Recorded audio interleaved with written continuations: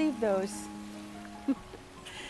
It's time to harden off some plants. So I've been bringing them in, bringing them out, bringing them in, bringing them out.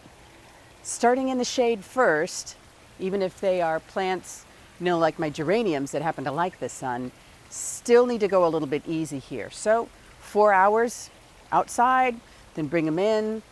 Over the course of a week, they'll eventually be ready for me to plant outside. Boy, time flies. Hi everybody, I'm Lori. Welcome back to Milkweeds and Roses, a Zone 5B garden in Iowa. I was gone for the last several days, off to another Zone 5B area, Mackinac Island, Michigan. And it's wild, it's the same zone, but I am telling you, I looked at all of the daffodils and the tulips, and magnificent things, gardens that were in bloom, but it's early spring there. I follow Erin, the impatient gardener. I know she has mentioned before the Lake Island effect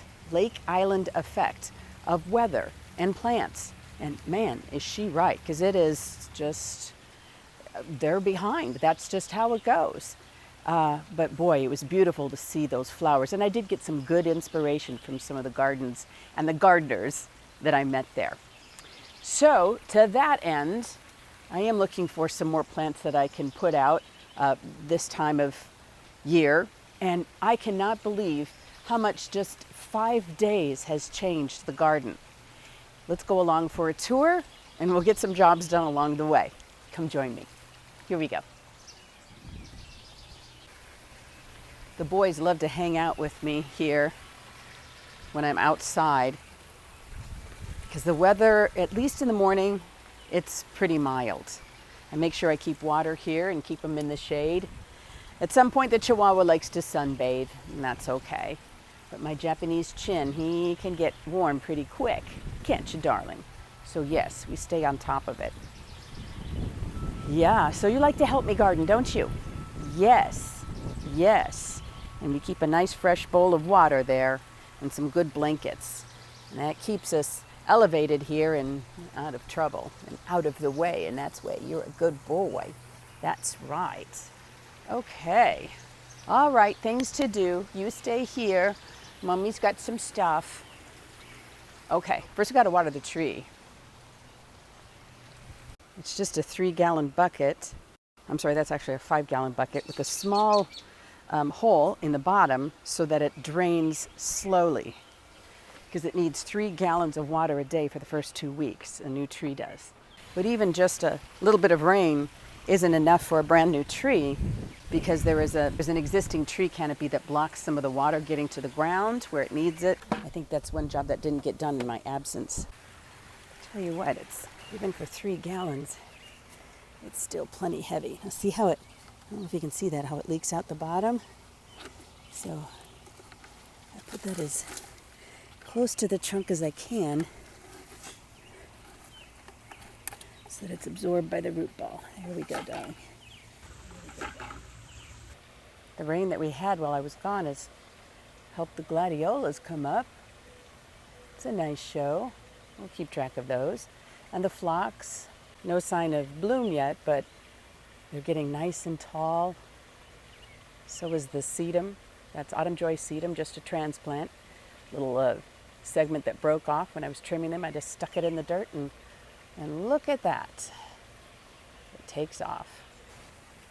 I like the way my patio containers are taking off. This is the part sun one with the begonia, lobelia, just some English ivy. But I like it. And this is the transplanted, look at this, the transplanted Annabelle hydrangea, which I hope to keep in this pot because it's hardy down to a zone 3. I'll just mulch this pot up for the winter. But yeah, she's got seed heads. So yeah, that is the tall element in the middle, the thriller, so to speak. And I like the way that's coming together. This one gets just a little bit of sun. I have these 2 tall pots here at the corners of the steps because this it's an abrupt drop off and there are no railings here. So this is more like a visual marker to show people that don't fall off the ledge here. It's kind of like a fence post marker. But this one doing well. I added this little sparkly bit that I had just from an arrangement earlier. Just stuck it in the middle because I didn't really have a thriller segment here. It hadn't grown up yet. And as you can see, I do have some things taken off. And of course, vinca, in all its forms, is going to be robust. More lobelia, different things, but it's looking good. Now today I have to get some herbs for this pots that I want for kitchen, for cooking. I haven't done that yet, but it's certainly warm enough, so I think it's time. Here is my shade patio pot with the polka dot plant, some ferns, a little bit of lobelia. Again, not quite, well, I think this has been mashed, frankly, by a raccoon or squirrels that tried to use this as a jumping pad to get to the seeds. Anyway, yeah. So that middle part is smashed, but the rest of the pot looks pretty good. Ferns look great here. They love the shade. This plant I thought was dead because it had dried out, but it's coming back. I trimmed it down. It's coming back. Just some little lantana. This was a transplanted hosta that I dug out. Really too small to put in the landscape, so it's taken off here though. I like it. And just some coleus. It looks like it's been bothered by some type of insect. See the holes in it? I don't know if you can. I have some other plants in here that are doing all right, but more spring plants than anything else. Little zinnias, which I should move it just a smidge over so it gets a little more sun. Oh, I have to show you over here my lavender lassie. She got her full bloom. In fact, some of them are probably in need of a deadhead. But look at the, oh yes, the bees like it. The bees like her a lot. There are several in here. I don't know if you can see them or not. Buzzing around, excited. So I like these open stamen type of roses as much as possible because it gives access to pollen for my pollinators. So they're little tiny bees buzzing around there. I've got some clusters I need to deadhead like this one. But yes, this is an impressive show from the window. I like it. And because I've been trailing her horizontally, she's got a lot more blooms. Now Tessa the d'Urberville in here has been struggling, so I keep trimming down some more branches, but it looks like she does have some blooms from a new cane that will be ready to go. That'll be nice. This is, okay, that's some from Tessa the d'Urberville, again, that I've planted and trained horizontally. This is our new rose in here, Easy on the Eyes, which is coming up, a little delayed perhaps, but this is the mum that I've trimmed down by half about a week before I left, and maybe trim her down again. You can see where I trimmed it down, right there. And it got 2 more shoots. That's how it works. You trim them down hard, this time of year especially, and they get bushier. They'll bloom later, of course, but they get nice and bushy, so that should be fine. Oops, don't want to scare away the bee. And you see my Annabelle hydrangea, the ones I have remaining, that are growing through a willow teepee that I got from Spring Hill. The idea, hoping that this teepee that they grow through will help them stay upright so they won't flop as much. I mean, here is just the end, the bloom end that comes through, and the rest of it should be supported, so I'm hoping that will help it stay upright a little bit better. And we'll see how this works this year. Love how that works. I do have and maybe another couple weeks, and she'll be ready to bloom.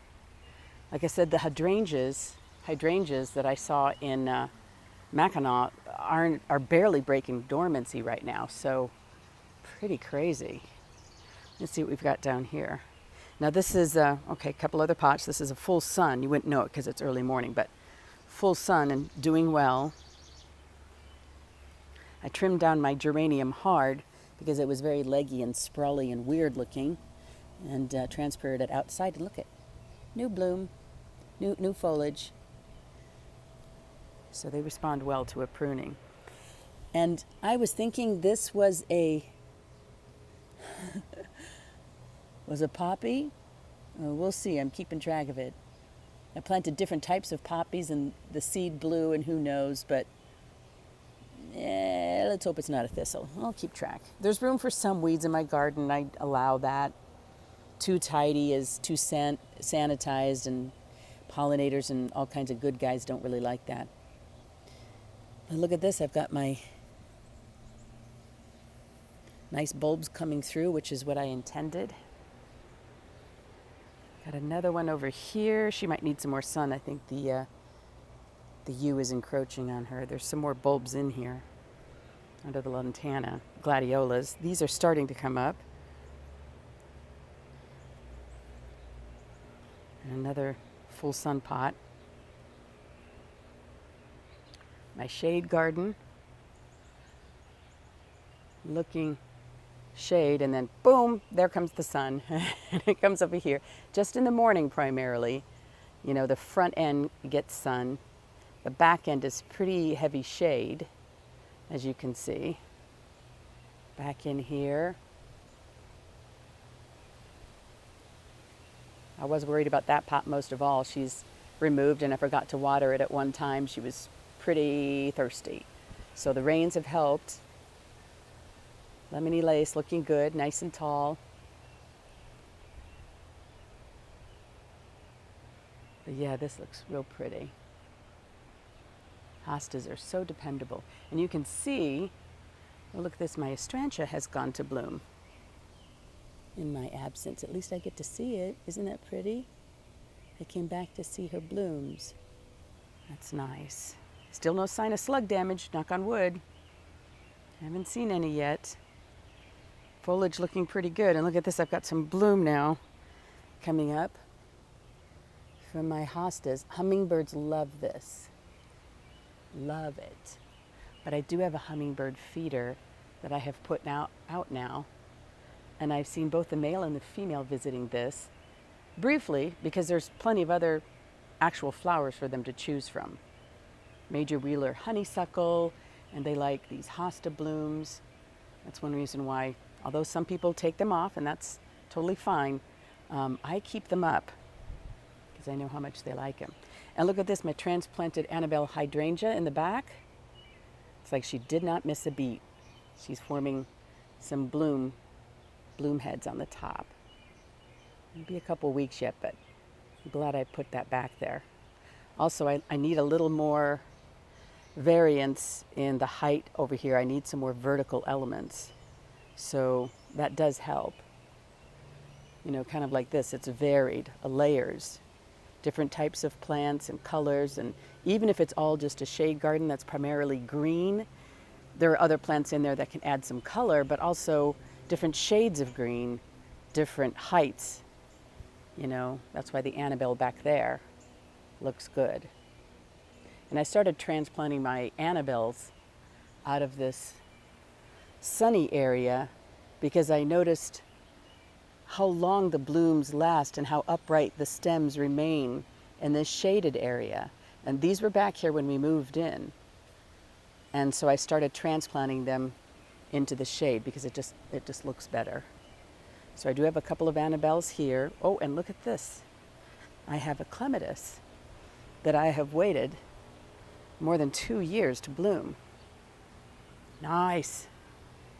Oh, isn't she beautiful? Hello, darling. Oh, I do have some spider mites on there. I see some chomping. That's to be expected. I can see the spider mites just because these are white blooms. It's harder to see them in other places. But look, I have more buds ready to go. Nice. And this is a cosmic cloud with some buds on down in here.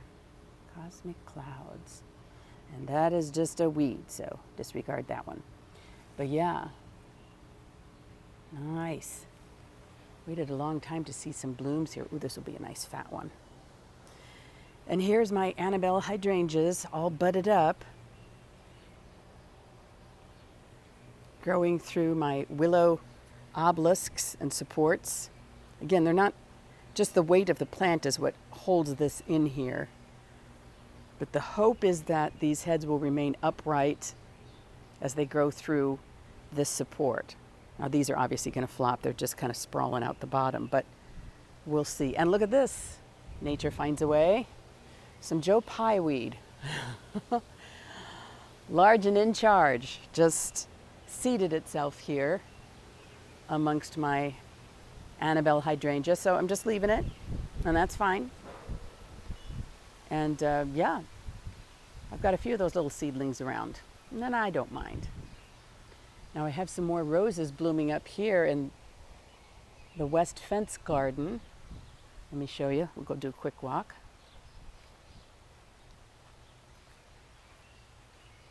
Oh, look at the blooms ready to go here for Empress Wu. You know, for as big as the leaves are, you'd think these flowers would be massive, but they're just kind of reasonable. That's fine. Okay, here we go. If you have any thoughts of what this type of rose might be, oh look, I've had some leafcutter bees. It looks weird, but you know, it doesn't kill the plant. And obviously that means I do have some pollinators who are using this for their nests, for their young. But they do those round holes in the leaves. It's actually a compliment if you see something like that show up. They don't kill the plant, it just maybe looks a little weird. They don't do it all year long, but just in the spring, late spring as they emerge. See the hole, perfectly round hole. Pretty wild. But yeah, if you have any idea what this rose might be, let me know. Some type of floribunda here.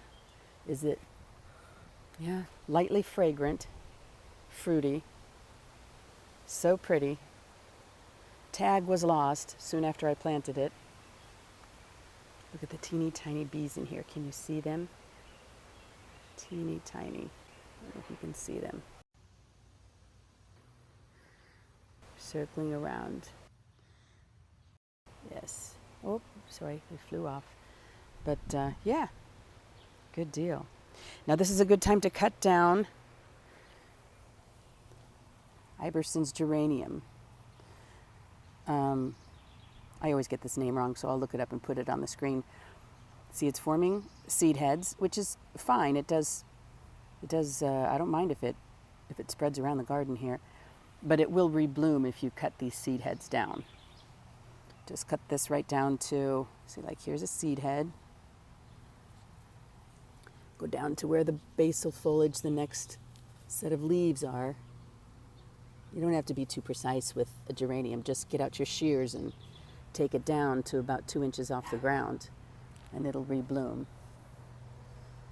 I have some salvia back here with more teeny tiny bees on it. Same thing applies there. Just take your shears and take it down to about 3 inches off the ground or so, and it'll come back. Yes, so following. It's all good. Ooh, look at my heritage rose. Can you see it? I don't know if you can in the sun. Oh, so pretty. She's not very floriferous, and I don't do chemicals, obviously. I do fertilize with some fish emulsion, but other than that, I just try to give her some extra water. And you can see that my wisteria has now gone over. Oh, she was glorious. She was in full bloom when I left, and yeah, we're done now. Now these are the little seed pods that are forming. They look like string beans. So what we learned from last year, as you recall, is you got to give it a hard prune if you want more flowers to come back. And this is the time of year to do it, right after it blooms. Same thing with columbine. All of these are seed heads, unless you want it to reseed, which is totally fine. I mean, hey, I love me a columbine. But cut it down low and it'll reflush. So often it will. The wisteria won't reflush, but you're just setting it up for spring. And believe it or not, this is the time to do it. Hollyhock, look at this. Forming some seeds, forming some buds. Will be ready to come up. Yes. Looks like she's a little parched, but again, get some sun in the morning here, so that's what happens. But the wisteria, believe it or not, is actually helping to hold up the hollyhock. This one is a little bit sturdier, so she's kind of staying up on her own, but I did put a support in behind it with the idea that I can always thread something through there and hold her up if I need to. But it's all good. Oh, look at some more Skyrider hosta leaves have come up, and if I'm not mistaken, the rabbit has found them. Do you see that? Oh, little bunny. So I'm going to have to put some repellent granules down if she's going to have a chance. Yeah, that's a definite munching. It's a munching here of Brescian blue. Do you see that? Oh, those stinkers. Now let's see, I have 2 more they haven't touched, so I guess that's good.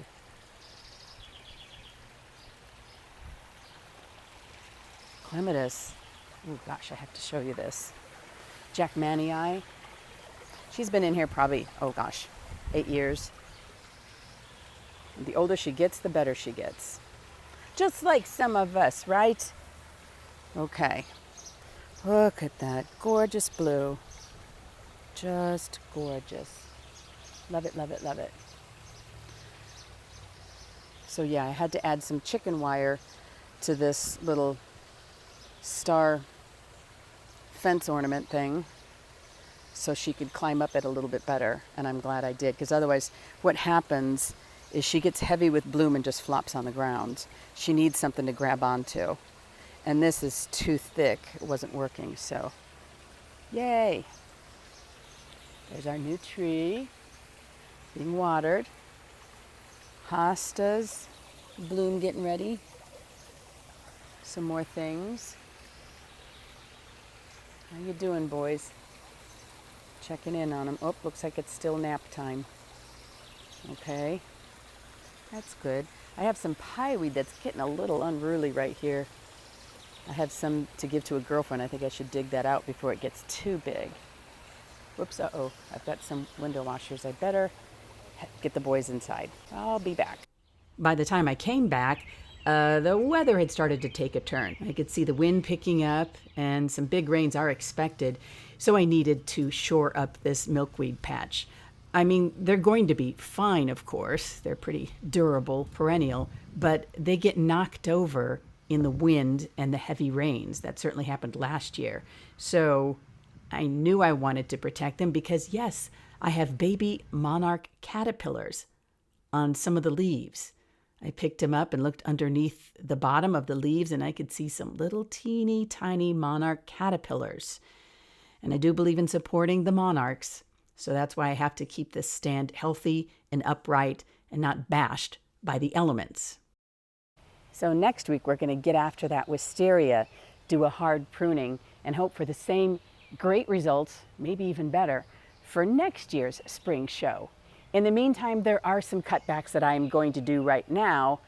We're going to go to the rose garden for that. Here we go. I started with this clump of catmint. Actually, I have 2 clumps of catmint that desperately need a cutback. The blooms are done, and they will continue to bloom, but they will get sprawling and unruly and take up an awful lot of space. So for the sake of the plant, the health of the plant, and to keep the blooms fresh, it's an easy trim back. I mean, you don't have to be too precise with this one, and they'll flush again within the next week or 2. They've already started to get some new growth on them, so that was easy to clean up. And sometimes I keep the spent blooms that I have cut off and sprinkle them around the garden, whether I want them to seed or maybe just have the scent protect a plant. Oh yeah, I noticed, yes, that had been chopped off, probably by the squinnies that live in the hole next to the marigolds. So I decided to sprinkle some marigold seeds around there too. But yes, I saved some of the cuttings and used them like in front of roses and that type of thing. Now, speaking of roses, yes, time to deadhead those. This one is I made sure that all of the blooms had already gone over, and I cut it down to where there is a 5-leaf junction. A 5-leaf junction on that little errant one down there, doing the same thing. Cut it down to a 5-leaf junction. If there's a cluster of roses, you can wait till the whole cluster is done and then cut it back like I have here. Otherwise, you can just cherry pick.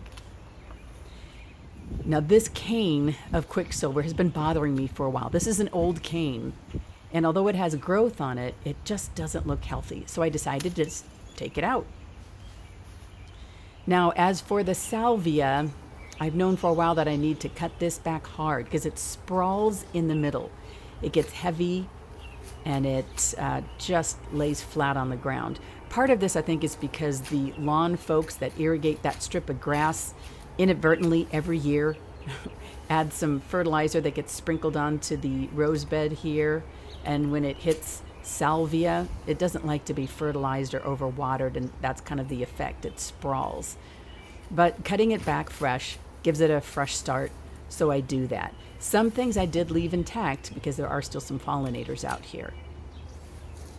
Now I'm kind of cherry picking here a little bit, but yeah, I just use hedge trimmers and just go fast. You don't have to be precise when it comes to salvia. Just cut it down to within probably 3 or 4 inches from the center, from the bottom, and they'll reflush. They reflush all along the stem. So yeah, it really didn't take long. This whole job was probably done in about, I'll bet, probably 20 minutes. I'd like to think of it as a meditative task. Something you do in the garden that helps you unwind.